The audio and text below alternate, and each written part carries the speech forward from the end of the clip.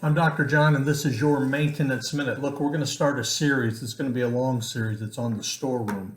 I've mentioned before. This is 2022. We're in the third decade of the 21st century.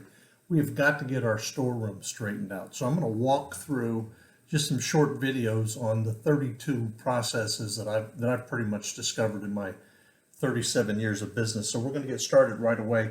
These are kind of alphabetical, so they're no particular order of importance, but rather it's just alphabetical.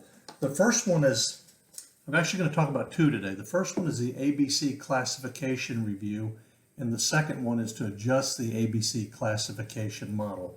Look, I think just about everybody will agree that in your facility, the equipment or the assets have a ranking to them. There's a certain amount that are really, really important, some that not so much, and then some that maybe could wait for a little while. So there's a stratification of the importance of equipment that's out in your facility. Well, doesn't it also make sense that there's this sort of stratification in the storeroom for the parts that are in support of the equipment that's out in the facility?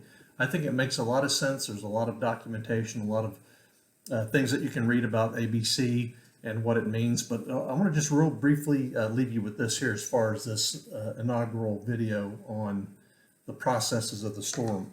In the ABC classification process, what we're trying to do is to see if we've got this kind of a spread. Do we have about 15% of our components in the storeroom are classified as A, based on whatever we call the classification? It could be the cost, it could be lead time, it could be the number of turns. It's whatever you say it is. The point is, in the process, we've got to say what we're classifying an A item.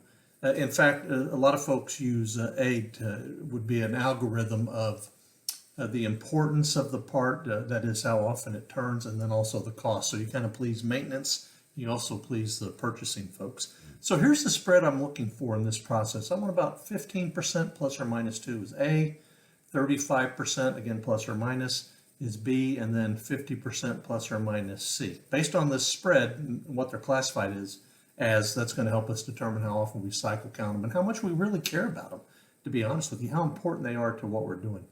That's the ABC classification review process. Now, if this spread isn't correct, what we call into play is this process right here where we're adjusting the classification.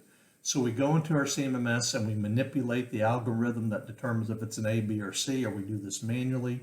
I've seen spreadsheets. I've got a couple of spreadsheets that'll do this for you. And we can figure out what we're trying to do is get as close to this as we can, because again, we're going to cycle count these parts every day.